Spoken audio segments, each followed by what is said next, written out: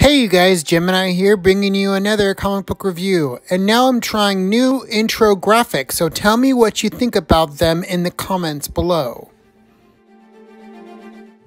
The comic pages that we are watching are actually from the Marvel Comics app, Marvel Unlimited. This is not sponsored. I am clearly buying a subscription, sadly to say. Today's comic is X-Men number 36. The story is titled, now I might get this word pronounced wrongly, sorry, Mekanone or Mekanone lives. The splash page has Beast taking down two burglars that have broken into the X-Mansion, unknowingly. While that's going on, the rest of the X-Men, Cyclops, Jean Grey, Angel, and Iceman go over where exactly they believe Charles Xavier is.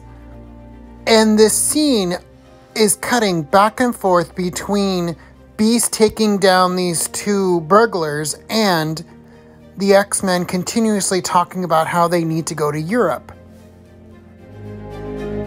There was even times when I thought the X-Men would join in Beast's battle with the robbers. But, thank God, Beast did not need any help and he was able to take down the two robbers. After Beast took down the robbers, he did not know what to do with them. Cyclops said, let's hook them up to Cerebro. Yes, somehow Cerebro also acts as a mind-controlling agent.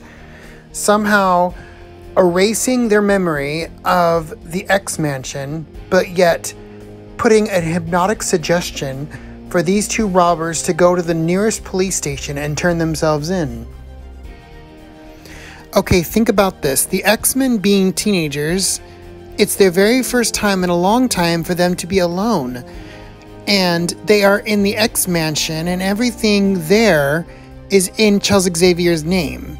So they can't just go ahead and get money that is not theirs, because Charles Xavier usually handles their money.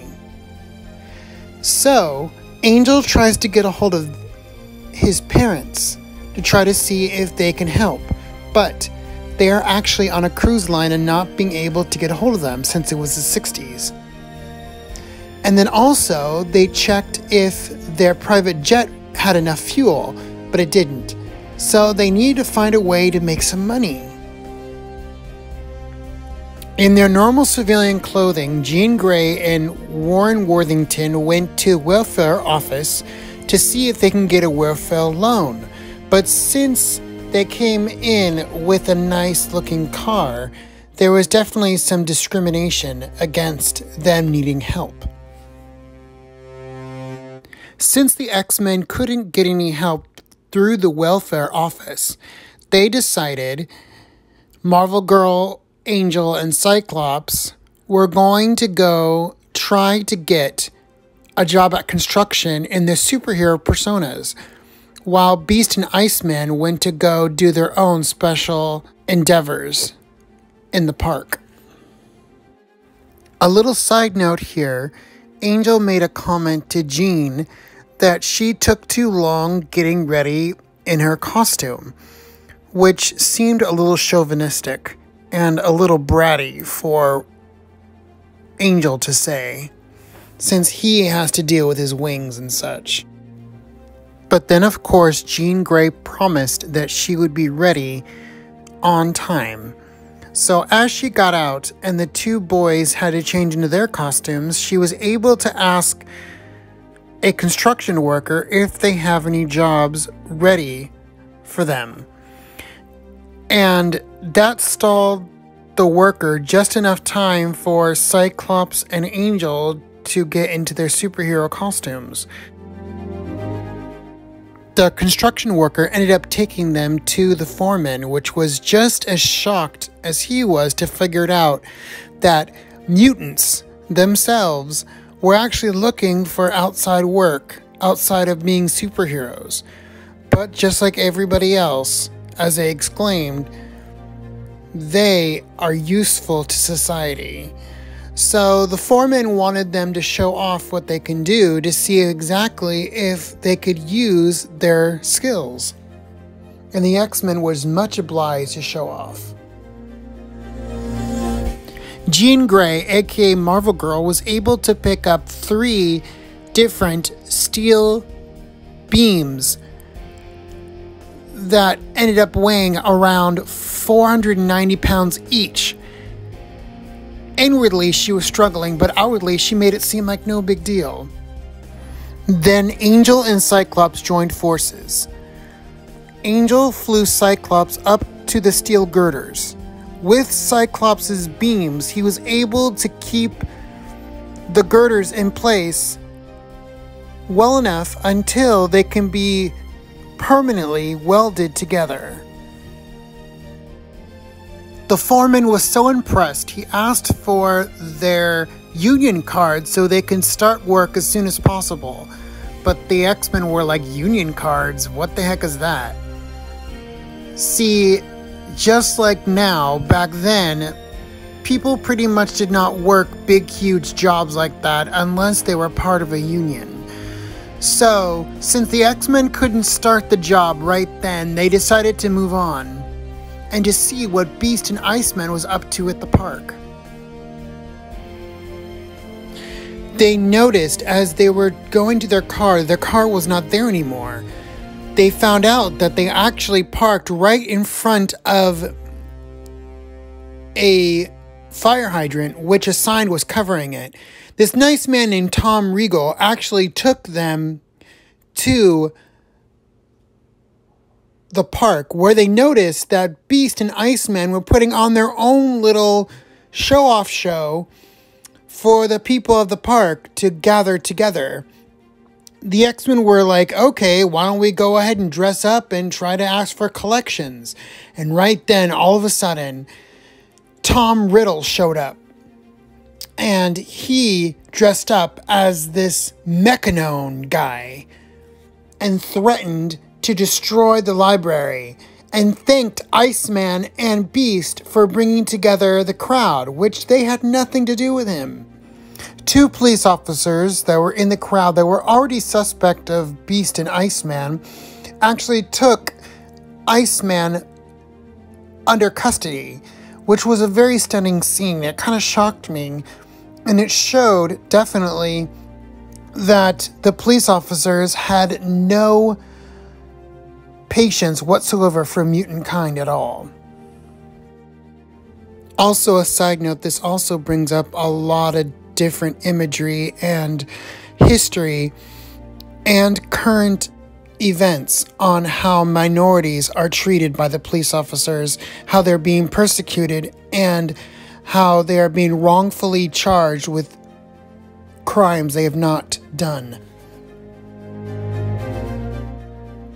Beast was able to evade the police officers and was going towards the Mechanon guy. But see, Mechanon was wearing this high-priced, looked like an exoskeleton from a stripped-down version of Iron Man's suit. And it was able to give him super strength and super speed. And actually, he was able to attack and subdue Beast for a little while. The Mechanon guy was.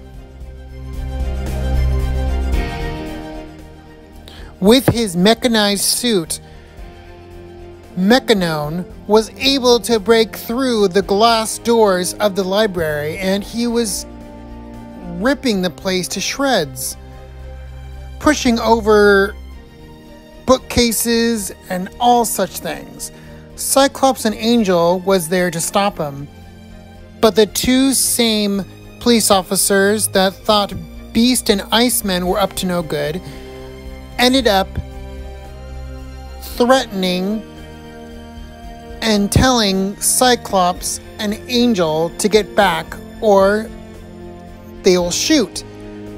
But somehow, through the power of Jean, their guns came out of their hands and Jean moved the police officers out in front of the library, back inside the library, Angel went hurtling towards Mechanon, trying to stop him. Now, if you remember, people, Angel can be just as strong as a bullet. But see, Mechanon was even stronger than that, and faster than him, and able to hit him while he was in speed in the air. But after that, Cyclops gave Mechanon a shot, a warning shot. And then Mechanon threw a whole bookcase shelf full of books to Cyclops, almost knocking him out. Then he went upstairs looking for the audiovisual department of the library, and there he was destroying it even more. He even was throwing a machine at Cyclops, where somehow Cyclops was able to stop it with his optic blast without destroying it, and carefully letting the machine down. Which is, oddly enough, his optic blast usually destroys a lot of things. So then Angel said, "That's it, I had it," and Angel tries to fly and attack Mechanon, but Mechanon grabs him, and as Beast joins the fight, he throws Angel at both Cyclops and Beast. While the three X-Men are trying to get back on their feet, Mechanon ends up jumping out of the window, trying to get to the other building. But then a mysterious man joins the scene, and he sees how Mechanon falls while Jean Grey stops him from falling to the ground. And Mechanon's like, "Fine, I'll stop. During this whole battle with Metronome, Cyclops felt like there was something more that was not being said about his motives. So we ended up finding out that Metronome was actually the son of a very rich and generous man that actually decided, according to him, to spend all of his money and time on helping everybody else, but not him, not his own son. So his father took the blame for the destruction of the library, and he still owned the library because it was not yet dedicated to the city. Oh my gosh, I felt like this part of the story was so shoehorned for no apparent reason. We didn't really need to know why Mechanon did his thing. All we need to know was, is the X-Men going to be able to get an airplane ride to Europe to help save Charles Xavier and their friend the Banshee? But actually, technically, the story did need to be told, because the philanthropist, sorry, I said that word all wrong. I was having such a hard time saying it earlier. He ended up giving the X-Men exactly what they needed, enough money to take an airplane ride to Europe, and enough money to get their car out of the pound lot. But then, of course, we had to get a little reminder of the main story arc, which has to do with the mysterious Factor 3. And so we see an agent of Factor 3 watching the X-Men as they board their plane to Europe. And so that's the story. Alright, you guys, so there's the story. I personally liked this issue because it really dealt with some social justice issues, especially the way how police officers are very suspect of minority groups. So I think it was a really interesting look also, and to see how the X-Men themselves need to have a life outside of being an X-Men. So there you go, that's the story. What do you guys think? Give it a thumbs up, give it a like, and definitely share it. And please give a comment. Tell me what you think. Tell me about the new graphics I'm using, the intro and the outro. God bless you guys. Have a good night and a good day.